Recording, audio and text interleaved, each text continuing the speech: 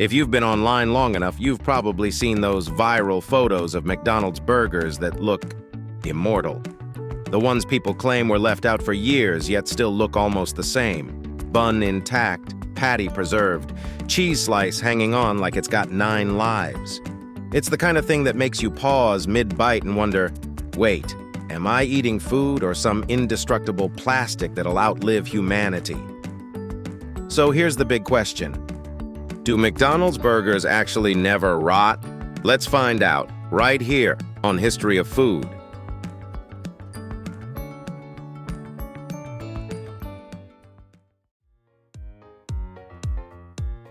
Back in the early 2000s, photos of McDonald's burgers that seemingly refused to rot went viral.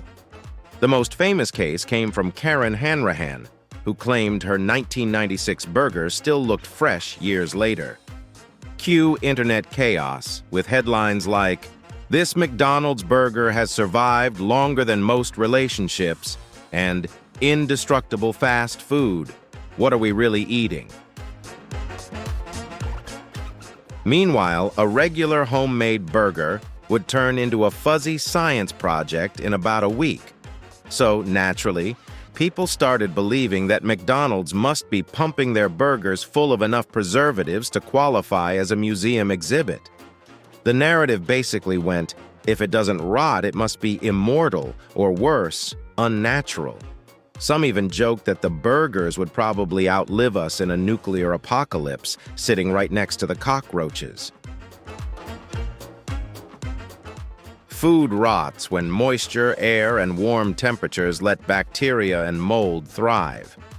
Now, guess what happens to a small McDonald's burger patty and bun when you leave it sitting out in a dry room?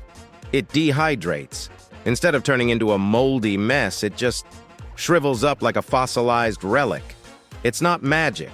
It's not preservatives. It's basically beef jerky with a sesame seed hat. One of the reasons McDonald's burgers seem immortal has to do with their size. Their classic hamburger patty is thin, really thin. Combine that with a soft white bun, which also dries out quickly, and you've got the perfect setup for rapid dehydration.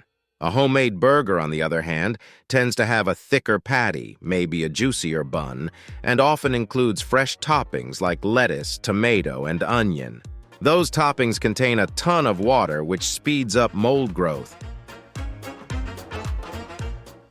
So if you make a big, juicy burger at home and leave it out, it's going to rot much faster than a skinny McDonald's burger, which turns into a beef cracker. It's not that McDonald's burgers can't rot under the right conditions, like if you put one in a sealed bag where moisture gets trapped. It absolutely will grow mold. There are actually plenty of experiments proving this.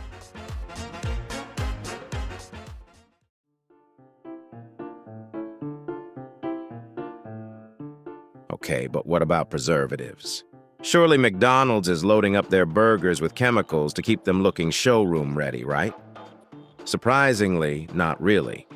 McDonald's has actually been pretty transparent about their ingredients in recent years, partly to fight off these myths.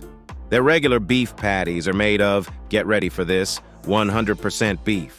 No fillers, no mysterious chemical cocktails, just beef, seasoned with salt and pepper.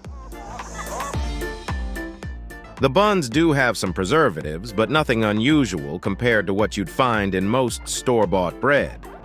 We're not talking sci-fi levels of preservation here, so the whole "these burgers never rot because of chemicals" idea doesn't really hold up.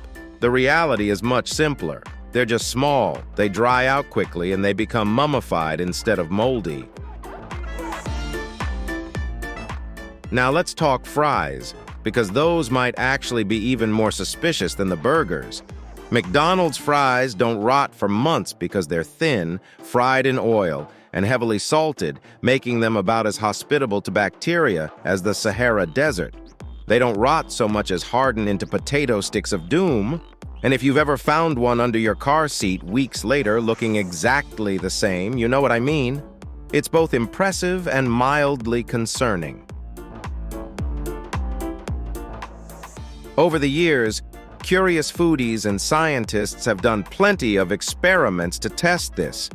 For example, Serious Eats did a side-by-side test of McDonald's burgers versus homemade burgers, leaving them out under identical conditions. Guess what?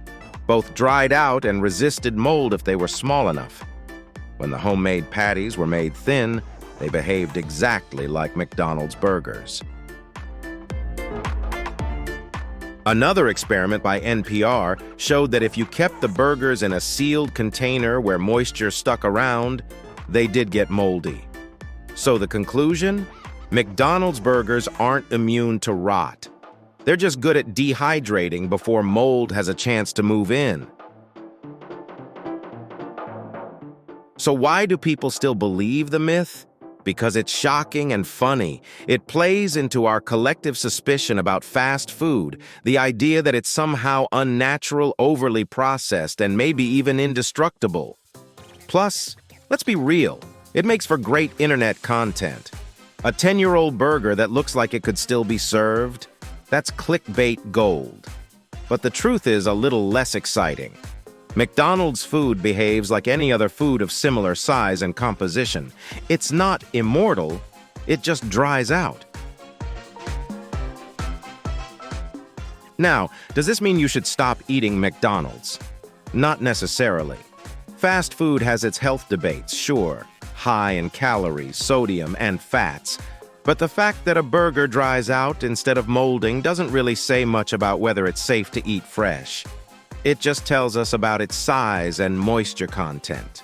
If anything, the real takeaway is this. Maybe don't store burgers under your bed for 20 years as a science experiment. So let's settle it once and for all. McDonald's burgers can rot, but most just dry out before they get the chance. The mystery isn't preservatives or secret chemicals, it's basic food science.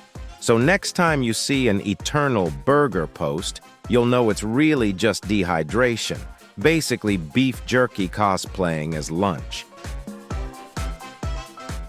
At the end of the day, food myths like this remind us how powerful the internet is at spreading half-truths. McDonald's might not make the healthiest food, but they also don't make zombie burgers. So eat your quarter pounder in peace. Just don't expect it to double as a time capsule. If you enjoyed this video, please check out our other bingeable channels. Thank you for watching. If you have suggestions for our next video, feel free to share them in the comments below. We'll be sure to give you an acknowledgement for your contribution.